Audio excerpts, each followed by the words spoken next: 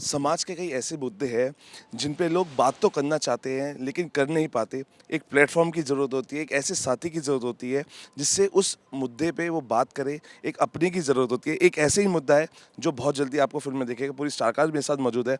सबसे पहले मैम आप सभी का स्वागत। Thank you so much, thank you. Sir, आप मानते हैं कि ये एक ऐसा मुद्दा है जिस पे लोग बात तो करना चाहते हैं लेकिन हिम्मत नहीं जुटा पाते, और वो हिम्मत आपने दिखाई है। एक ऐसे रिश्ते के बारे में बताया जिसको एक्सेप्टेंस मिल तो रही है लेकिन अभी भी एक्सेप्टेंस नहीं हो पा रही है। तो what all you have to say कि ऐसे ये उन लोगों के लिए ज़्यादा फिल्म होनी चाहिए जो इसको क्रिटिसाइज़ करते हैं। नहीं, ऐसा कुछ नहीं है, ये फ़िल्म सबके लिए है। क्या होता है, एक फ़िल्म मेरे हिसाब से एक कॉन्वर्सेशन है ऑडियंस के साथ। तो कोई भी कॉन्वर्सेशन के लिए एक भाषा की ज़रूरत होती है। तो इस फ़िल्म के ज़रिए हम एक भाषा दे रहे हैं जिससे ऑडियंस आपस में हमारे साथ, एक दूसरे के साथ, अपनी फैमिली में इस मुद्दे के ऊपर बात कर सके और एक दूसरे को समझ सके। बस इतना ही बोलूँगा। मैम, जब कोई किसी सब्जेक्ट पे कंट्रोवर्सीज होती है तो उसके बारे में चर्चाएं भी होती हैं, उसको पढ़ा जाता है। मैं भी इसके डीप में गया जब मैंने देखा ब्रिटेन में 1967 में इसको अपराध से बाहर कर दिया गया था, लेकिन अभी तक 53 ईयर्स हो गए हैं, हमारे इंडिया में इसको एक्सेप्टेंस नहीं मिल पा रही है, लोग कर नहीं रहे हैं। देखो, एक्सेप्टेंस मिलने में ऐसी चीज़ों में बहुत वक्त लगता है। मैं तो कहती हूँ इंटरकास्ट मैरिज अभी तक प्रॉब्लम है।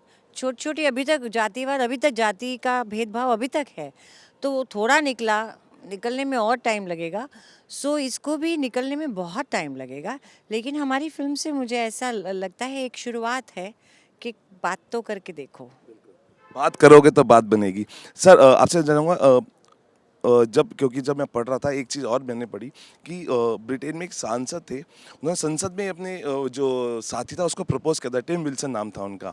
तो जब वो इतना कॉन्फिडेंस दिखाते हैं उस जगह, तो उसको आप क्या देखते हैं कि इस तरह का कॉन्फिडेंस जो है लोगों को बाहर आना चाहिए, उस पर बात करनी चाहिए और एक्सेप्टेंस लेनी चाहिए।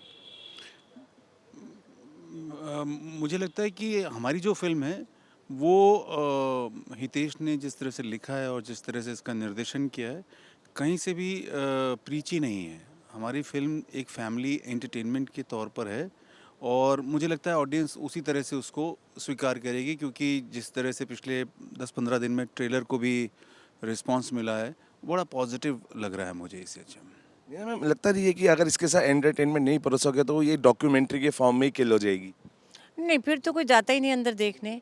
इसीलिए बनाई गई है इस तरह से कि लोग आनंद भी उठाएं पिक्चर का और साथ में एक क्वाइट सा मैसेज जेब में डाल दिया।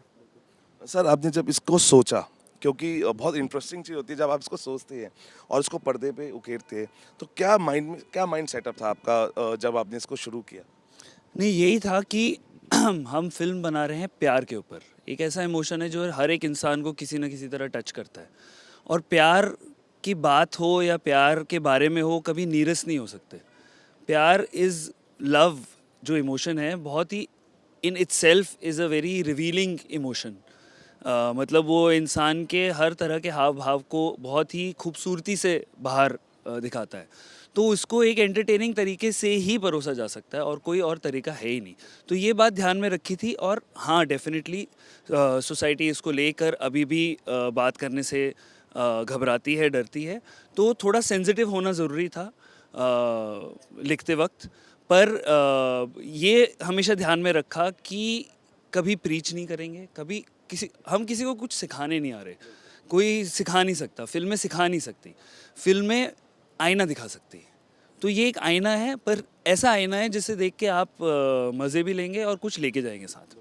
नहीं मैम, आपको लगता है कि हाँ, अब धीरे धीरे बदलाव आ रहा है, सिनेमा बदल रहा है, क्योंकि आप इतने सालों से सिनेमा से जुड़ी हैं। अब सब्जेक्ट और कलाकारों की और कदर हो रही है क्योंकि ऐसे सब्जेक्ट ला रहे हैं।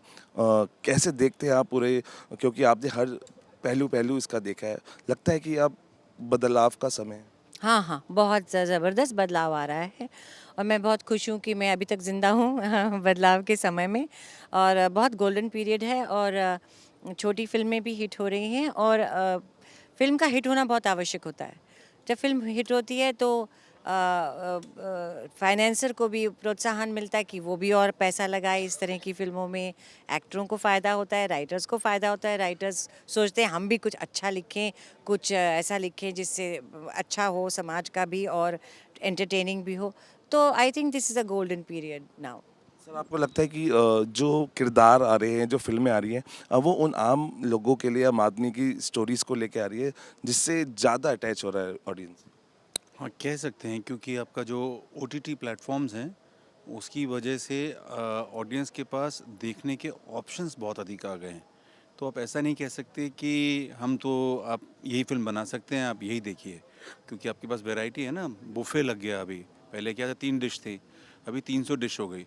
तो वो अपने आप में, और उसके बाद जो यंगर राइटर हैं और डायरेक्टर हैं वो भी इसी सोच के हैं, इसी पीढ़ी के हैं, तो वो नई नई कहानियाँ बुन रहे हैं। तो मुझे लगता है कि अच्छा टाइम है ये। मीना जी, जिस चीज़ की रिक्वेस्ट आपने गूगल से करी थी, हम भी उसको आगे बढ़ाएंगे। हम यही बोलेंगे कि ज़रूर उसको कम कर दिया जाए, जिसकी thank you thank you so much. इस कंपटीशन के लेवल में जब देखते हैं आप नए नए यंग, नहीं करेंगे, मुझे पता है कोई नहीं करेगा। चल कोई बात नहीं।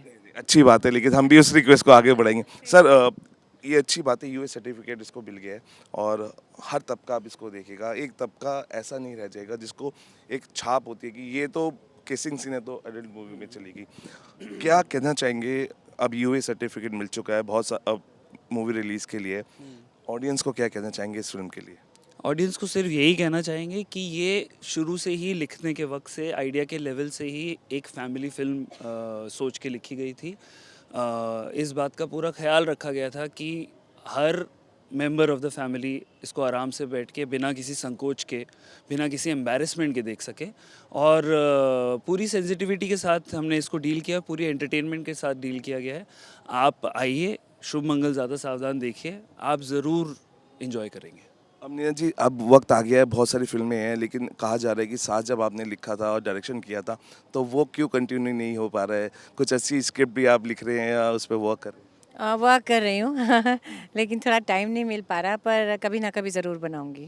सर क्या कहना चाहेंगे अपनी फिल्म के लिए जाते जाते? लोग यही कहना चाहेंगे कि हम लोगों ने बहुत ही प्यार से और मज़े लेते हुए ये फिल्म बनाई है, और 21 फरवरी को आप सब लोग इसे सह परिवार देखने जाएं। Thank you talking to.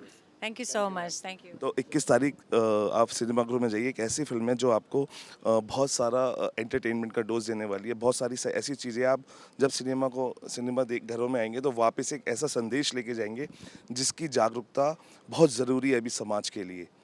Video journalist Manoj के साथ सौरभ शर्मा, न्यूज़ नेशन, दिल्ली।